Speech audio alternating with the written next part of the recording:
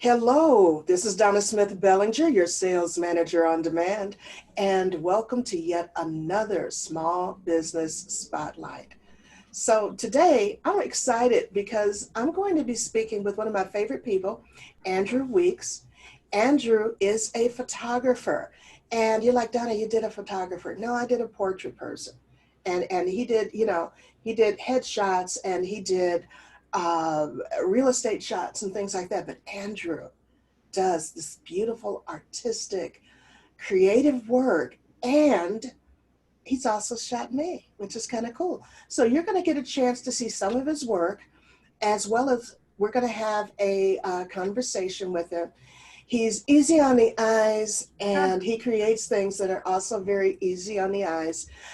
Andrew and I actually belong to BNI, Business Network International, together. Whoop, whoop.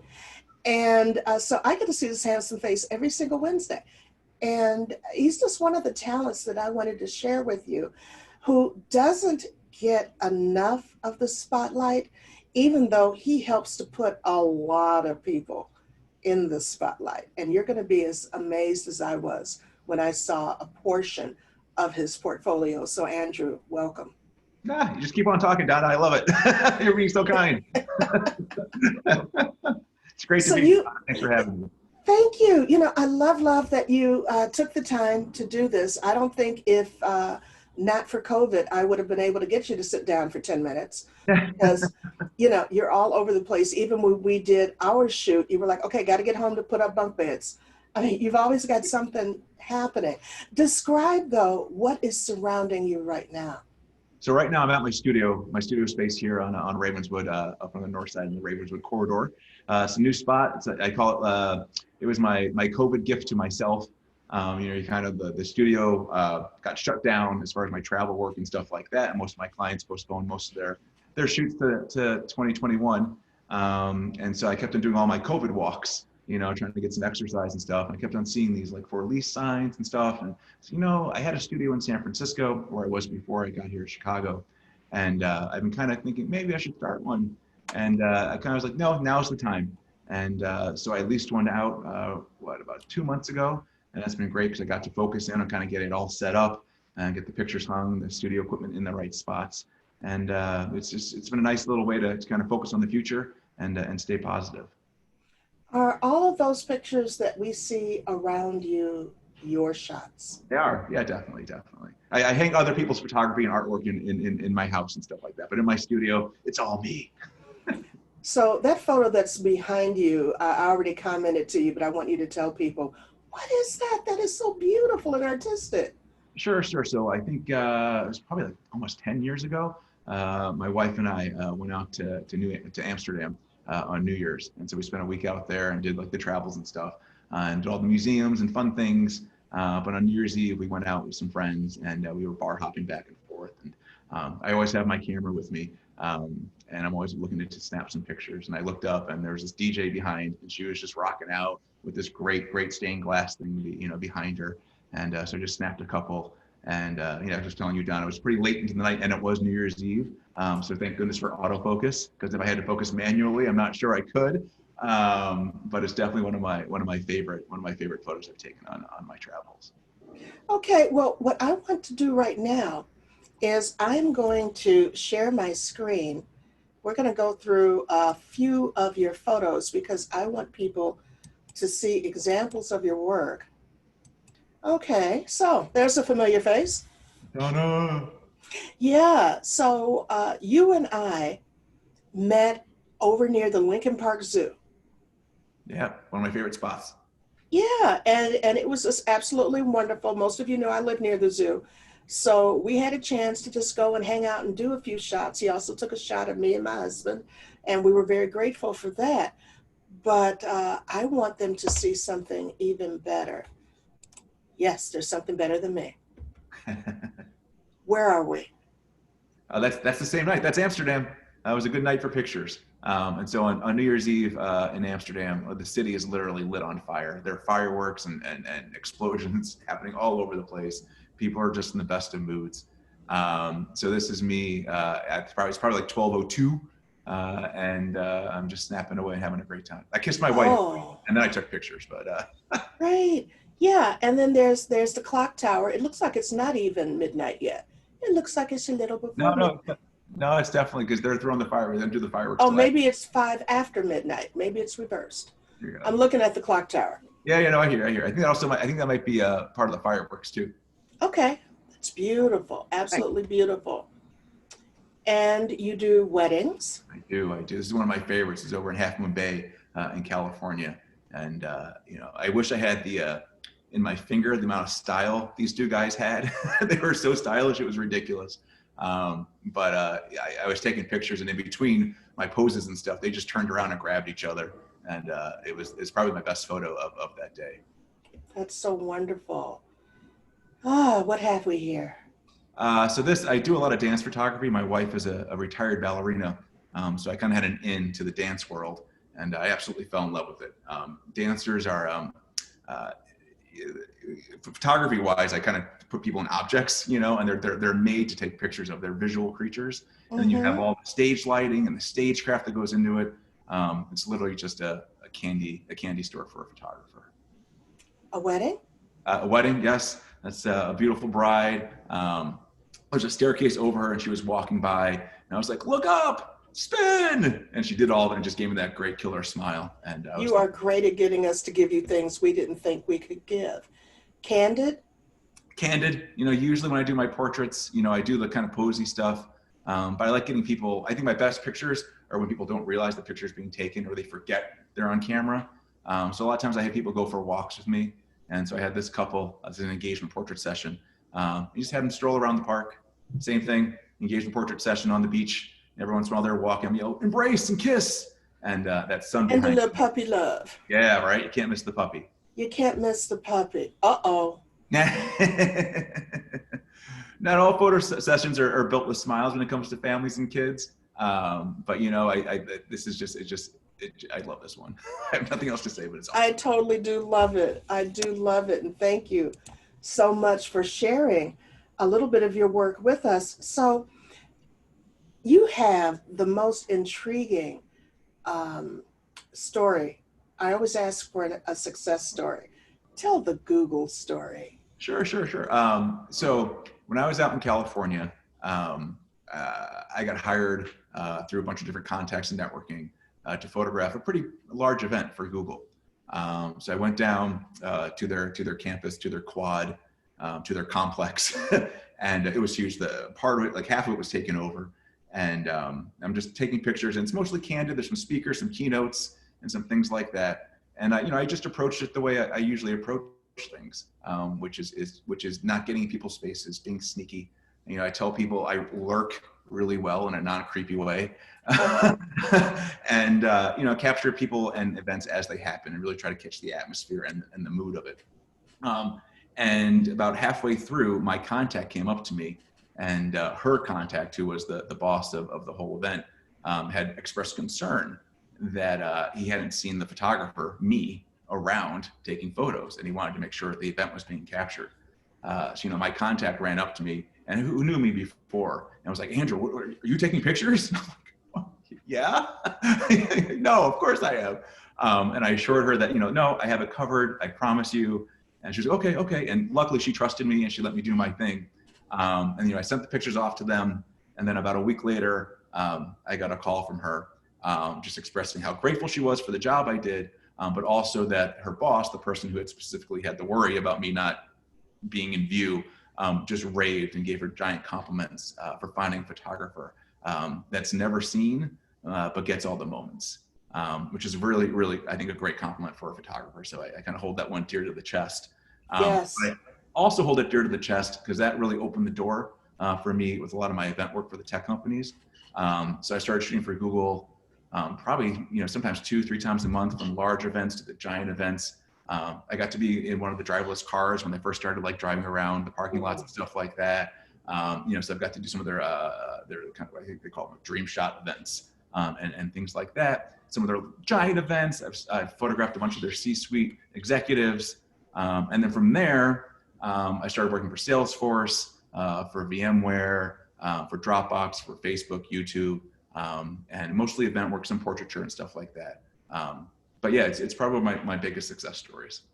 Oh, I don't know. I think you've got three little success stories running around the house. Professionally, not personally. Okay. Well, you know, it's interesting, and I wanted people to hear your story because you are still technically a small business. I mean, if you don't work, you don't eat, and that's part of the textbook definition for a small business, small to medium business. So whether you write the check or whether someone else writes the check to you, you still have to, you know, build your brand and elevate your credibility and visibility in your profession. And then also for all of the small business people, yeah, you don't have to have a huge team depending upon what your gift is that you're monetizing, but it is very, very important that you have what you have seen here as the confidence uh, to talk about what you do and to be able to give those case studies or those testimonials, as you've all heard me say, on what you can do. Now, how do people find you, Andrew?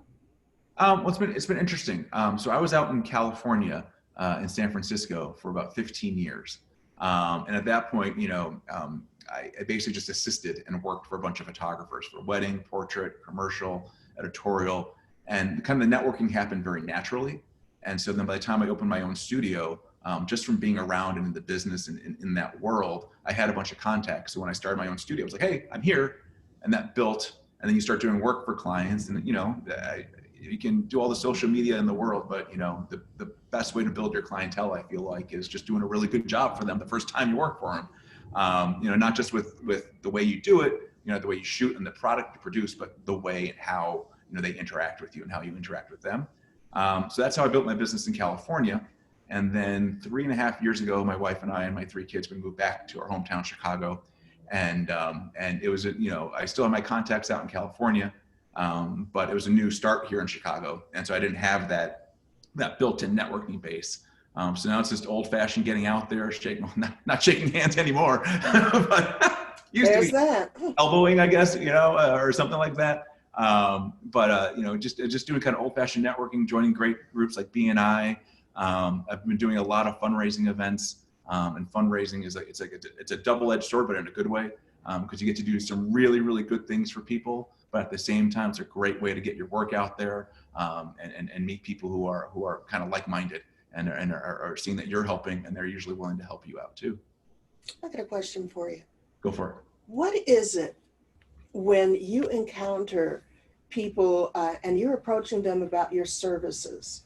What is it that you know that they don't know? That you don't need 10,000 pictures. I think most people,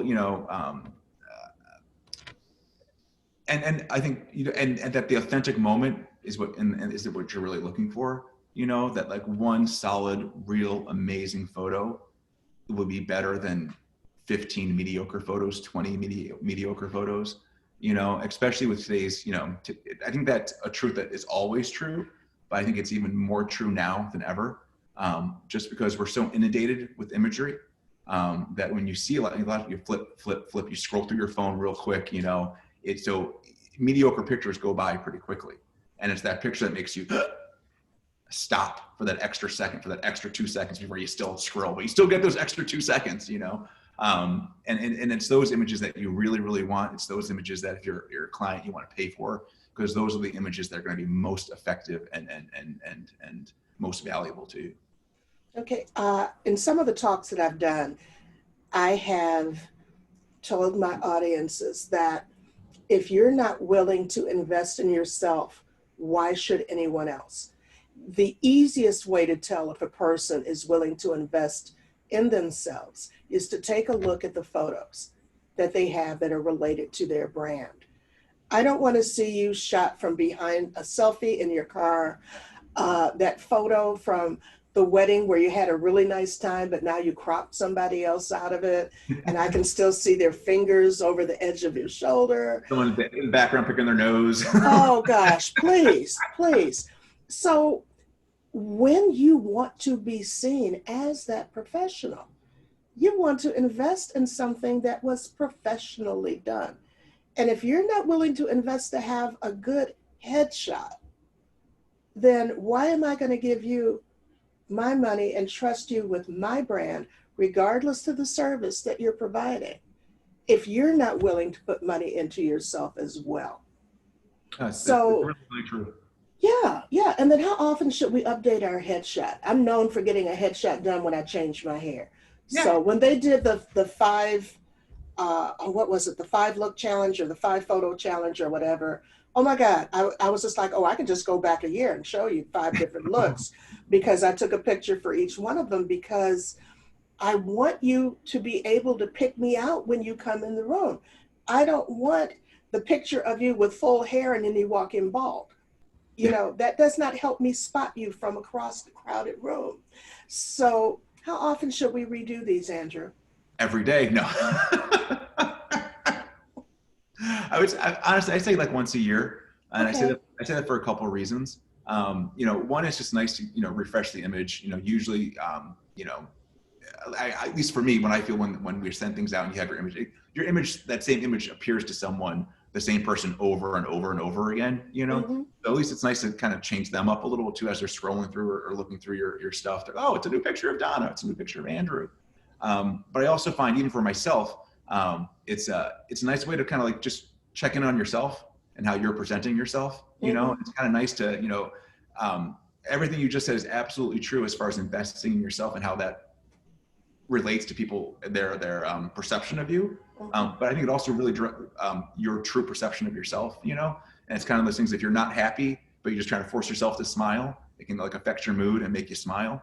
If once a year, hopefully more than once a year, but if once a year taking a headshot and you're really trying to invest in yourself, you feel that inside. And it's going to make you feel better about yourself. It's going to make yourself take yourself more seriously. You're going to be more confident. Yeah. Yeah, and I had a friend who had a photographer, she still does, but what she would say about it is that I capture moments in time. And I saw you talk about time capsule Yes. Yeah. in some of the stuff that we discussed. I think that if possible, we need to get pictures done, especially during this time. I think that there will come a time that we're going to look back and go, oh, I know exactly what I was thinking then, or I know exactly what I was experiencing then. But if Yeah. you want to have that really cool shot, I will tell you this man has some wonderful techniques to get you to give that little money shot, as my friend used to call it. And it's entertaining.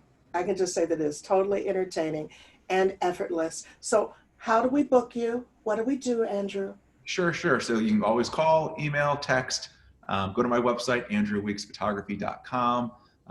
Through that, there's a contact button. You can actually book through there. You can just email me, say hi to me, follow me on Instagram, Andrew Weeks Photography. I do a little bit of Facebook, but Instagram is usually where I throw most of my images up. And that's probably the easiest way to get in touch with me. Okay, and we're going to make sure that we get all of that information out to those of you who view this. And Andrew, again, thank you so much. I Thank love you, Donna. talking to you. You're so much fun. Yeah, You are you so too. much fun. Thank you, hon. So this has been another Small Business Spotlight, and I am Donna Smith Bellinger, your sales manager on demand. I look forward to seeing you the next time we get together to spotlight another small business. Have a great day.